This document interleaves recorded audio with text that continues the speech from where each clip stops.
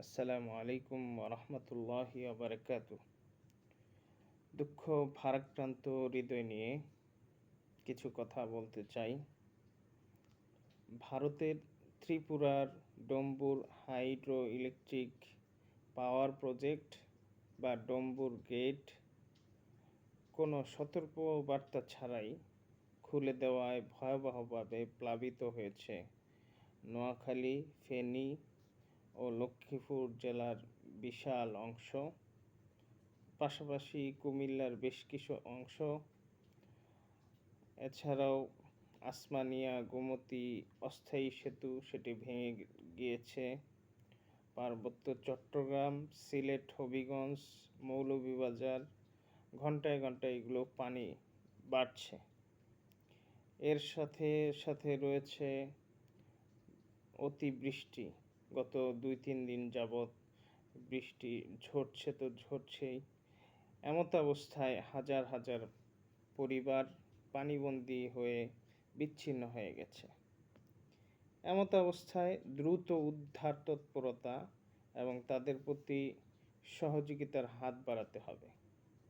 অন্তর্বর্তীকালীন সরকার, সেনাবাহিনী, সরকারি বেসরকারি বিভিন্ন পর্যায়ের সংস্থা ও সংগঠন, পাশাপাশি রাজনৈতিক দলগুলোর দ্রুত যদি এগিয়ে যায় তাহলে মানুষের তাৎক্ষণিক কষ্টগুলো লাঘব হবে বলে আমি বিশ্বাস করি।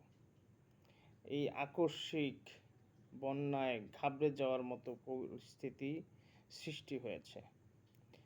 অপ্রস্তুত অবস্থায় এই দুর্যোগ সামলে ওঠা বেশ কঠিন। তবে একটা কথা বলতেই হয়, আমরা স্বৈরাচার দমন করতে সক্ষম হয়েছি। আমরা ট্রাফিক পুলিশ ছাড়াও রাস্তার নিয়ন্ত্রণ করতে সক্ষম হয়েছি। রাস্তার পাশে ময়লা আবর্জনা এগুলো পরিষ্কার পরিচ্ছন্ন করতে আমরা সক্ষম হয়েছি। রাস্তার দেওয়ালগুলোতে অমুক ভাইয়ের সালাম, তমুক ভাইয়ের সালাম সম্বলিত পোস্টার এগুলো আমরা বিতাড়িত করে সুন্দরভাবে গ্রাফিতি এবং ক্যালিগ্রাফি দ্বারা আমরা সুন্দর করে সাজাতে সক্ষম হয়েছি। এই বিপদও কাটিয়ে উঠব ইনশাআল্লাহ। সকলে যে যার জায়গা থেকে সহযোগিতার হাত বাড়িয়ে আমরা দিব।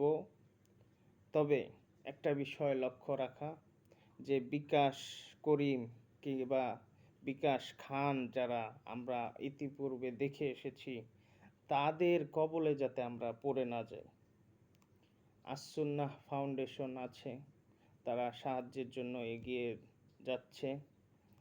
বাংলাদেশ জামাতে ইসলাম তারাও এই সহযোগিতার মধ্যে অন্তর্ভুক্ত হবে এবং বিশ্বস্ত যে সমস্ত সংগঠন আছে, বিশ্বস্ত যে সমস্ত মাধ্যম রয়েছে এইগুলোর মাধ্যমে আমরা আমাদের সাহায্য আমরা তাদের কাছে পৌঁছে দিব, যাতে আমাদের এই সাহায্য তারা পেয়ে উপকৃত হয় এবং এটা সঠিক মানুষের কাছে পৌঁছে।